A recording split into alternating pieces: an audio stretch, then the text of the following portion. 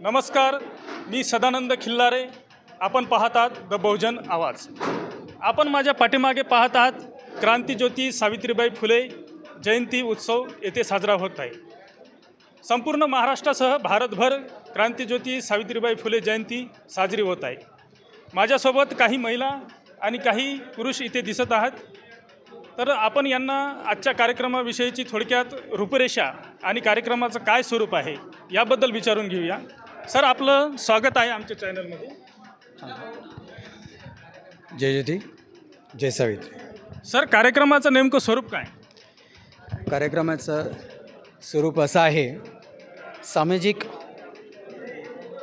जोपासली पाहिजे, आपण बांधिलकी जोपासली पाहिजे या हेतूने आज 3 जानेवारी राष्ट्रशिक्षिका सावित्रीबाई फुले जयंती. आजच नव्हे, गेल्या 13-14 वर्षापासून सातत्याने या दारव्हा तालुक्यामध्ये आमचे जिल्हाध्यक्ष आदरणीय राजेंद्र भाऊ घाटेसाहेबांच्या नेतृत्वामध्ये या ठिकाणी मोठ्या प्रमाणात मोठ्या उत्सवात सावित्रीबाई फुले जयंतीचा कार्यक्रम हा दरवर्षी व्यवस्थित सुसज्ज पद्धतीनं पार पडतो आहे. नेमकं कार्यक्रमामध्ये आपल्या काय काय असतं, नेमकं म्हणजे रूपरेषा काय असते? रैली अजून आणि महिला पुरुष रैली और बाईक रैली और मागील 13 वर्षापासून सातत्याने चालू आहे. मागील 13 वर्षापासून दारव्हा शहरामध्ये क्रांतीज्योती सावित्रीबाई फुले जयंती साजरी करत आहेत असं यांनी आपल्याला सांगितलं. माझ्यासोबत येथे काही महिला उपस्थित आहेत, त्यांनासुद्धा आपण याविषयी विचारून घेऊया. मॅडम, आपलं नाव सांगा. माझं नाव सौ अर्चना विजय उडाके, अखिल भारतीय माळी महासंघाची कार्यकर्ता आहे. आजच्या कार्यक्रमाची रूपरेषा आपल्याकडून जर सांगता येईल तर काय सांगता येईल? आजचा कार्यक्रम म्हणजे सावित्री माता यांची जयंती, जी गेल्या 13 वर्षापासून आम्ही इथे साजरी करत आहोत. आज आता सर्वप्रथम इथे पूजन वगैरे झाल्यानंतर आम्ही आपल्या समाजाला प्रबोधन करण्यासाठी काही विशेष वक्ते इथे बोलवले आहे, ज्यामध्ये आमच्या अखिल भारतीय माळी महासंघाचे प्रदेशाध्यक्ष आहेत, ज्यांचं नाव राजेंद्रजी महाडोळे साहेब, तसेच नागेश गवळी सर हे खास व्याख्याते आहेत आणि त्यांचं व्याख्यान पण आम्ही इथे ठेवलेलं आहे. कारण समाजाचं प्रबोधन होणं गरजेचं आहे आणि हेच खास कारण समाज एकत्र होणे, समाजाचं प्रबोधन होणे, समाजाची मानसिक जी काही सध्याची स्थिती आहे त्या स्थितीला थोडा उजाळा मिळून त्यांची मानसिक स्थिती मजबूत झाली पाहिजे. आणि सावित्री माता म्हणा किंवा ज्योतिबा फुले म्हणा, यांनी जे कार्य केलं आहे ते नेमकं काय कार्य आहे या समाजापर्यंत पोहोचलं पाहिजे.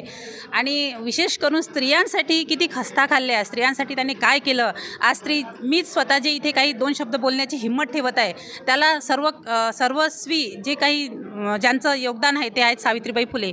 म्हणून आज त्यांची जयंती इथे आम्ही साजरी करतो. म्हणजेच थोडक्यात क्रांतीज्योती सावित्रीबाई फुले यांच्या अथक प्रयत्नामुळेच आपण येथे उपस्थित आहात. नक्कीच, कारण त्यांनी जर शाळा काढल्या नसत्या तर आज आम्ही इथे उपस्थित राहू शकलो नसतो. बरोबर. तर मला असं म्हणायचं आहे की या कार्यक्रमामध्ये नेमकं आता आपण रॅली सांगितली, कार्यक्रमाची रॅली, आणि आपण मागे पाहत आहोत सर्व महापुरुषांचे इथे फोटो प्रतिमा लागलेले आहेत. कार्यक्रमाला आता नेमकं सुरुवातच होतील. तर कार्यक्रमामध्ये आपण वक्ते वगैरे बोलावले आहेत असं आपण म्हटलं आहे. तर हा कार्यक्रम असा नेहमीच आपण किती वर्षापासून करत आहात? गेल्या 13 वर्षापासून 2010 पासून हा कार्यक्रम सुरू आहे दारव्हा तालुक्यामध्ये.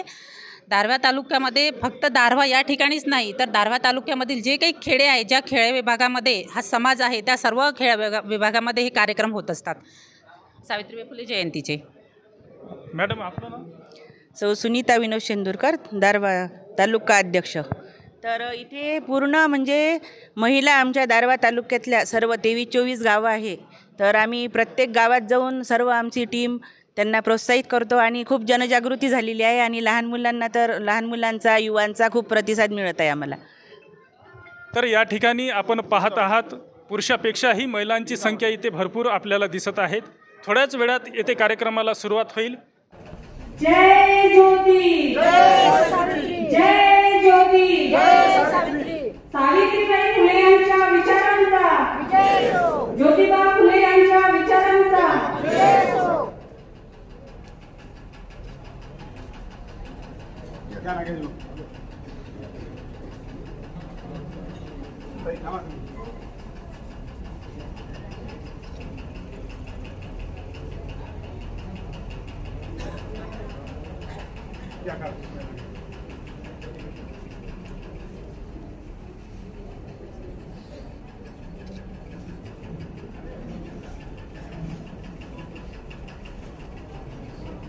घ्या अरविंदो.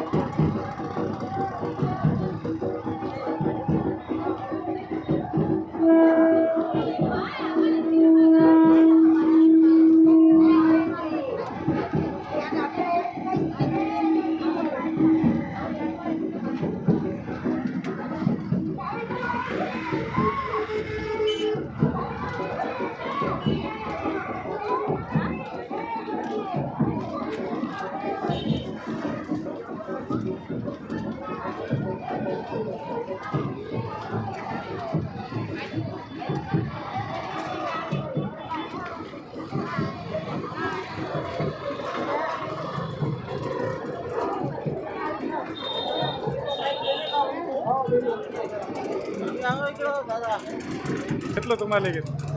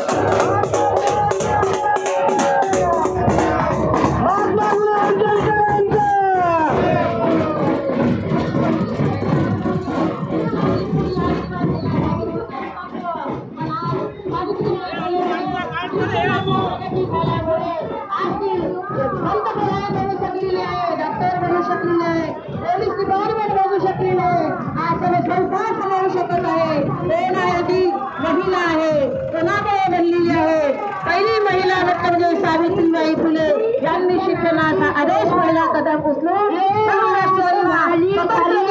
महिलांचा सुधार करून प्रचार करण्यात आलेला आहे. त्याकरिता महिलाला मान सन्मान कोणी दिलेला आहे? महिलाला मान सन्मान सावित्रीबाई फुले यांनीच प्रत्यक्ष पाऊल कदम पुढे टाकून शिक्षणाचा पहिला कदम टाकून महिला ही नंबर 1 बनवून पदावर बसवलेली आहे. नाही तर महिलाला चूल आणि मूल याशिवाय काहीच शिकवत नव्हती आणि तिला बाहेर जाण्याची सुद्धा परवानगी राहत नव्हती. त्यामुळे महिला खूप मागे आलेली होती. आता सावित्रीबाई फुले यांच्या विचारांचा विजय कसून सावित्रीबाई आणि मुलींची काळ आहे त्या विजयवाड्याची स्थिती या उद्देशाने तुम्ही जाणून घ्या आणि त्यावर विचार करून चला.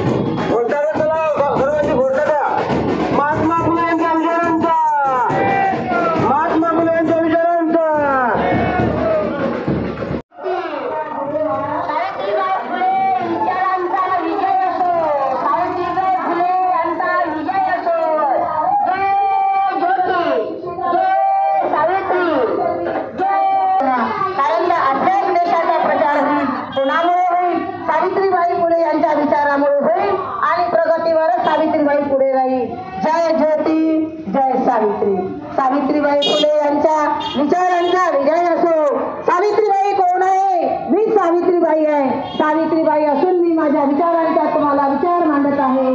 कारण तर महिलांना पहिला मूळ आणि चूल याशिवाय काही शिकत नव्हतं. पहिली शिक्षिका कोण आहे? सावित्रीबाई फुले. आज मी कोण आहे? सावित्रीबाई फुले आहे. कारण तर शिक्षणाचा आज प्रगतीच्या उन्नतीवर बसलेले आहे. त्यासाठी सावित्रीचा वेगवेगळा होतो. सावित्रीची फोटो आपल्या घरामध्ये राहून सर्वांनाही मनाला सावित्रीच्या घरात आहे. कारण तर सावित्रीची मागण्यामध्ये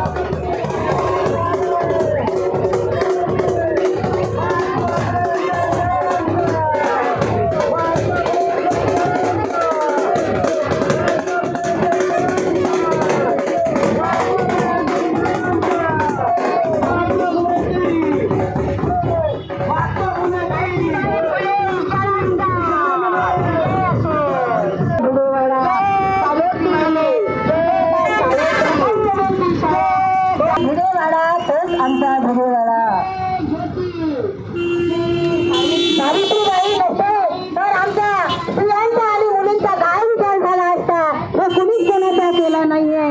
त्याचमुळे विचार न केल्यामुळे पहिल्या नंबर स्त्रीला त्रास व्हायला लागला. मुलीला शिक्षण नव्हतं, बाईला चूल आणि मूल याशिवाय काही शिकत नव्हतं. त्यामुळे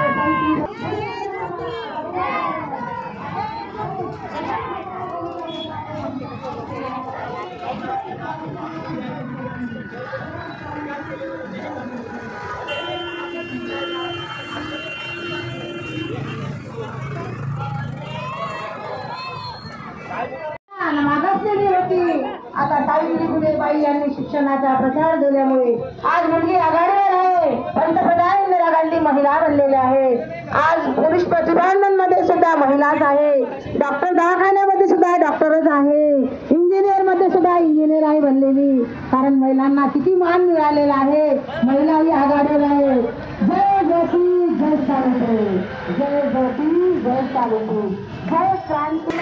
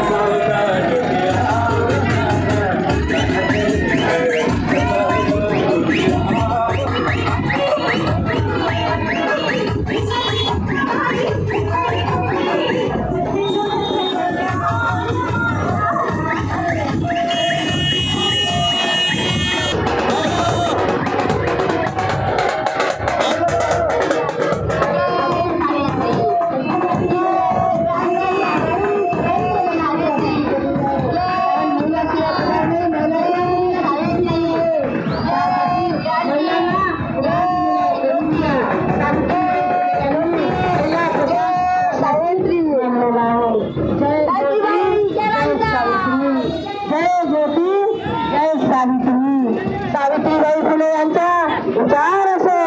आज तरुण मुले आणि तरुण मुलं पहा देशाच्या सावित्रीबाईच्या फुलेच्या रंगमध्ये किती झटत असतात, किती झटत असतात. कारण त्यांच्या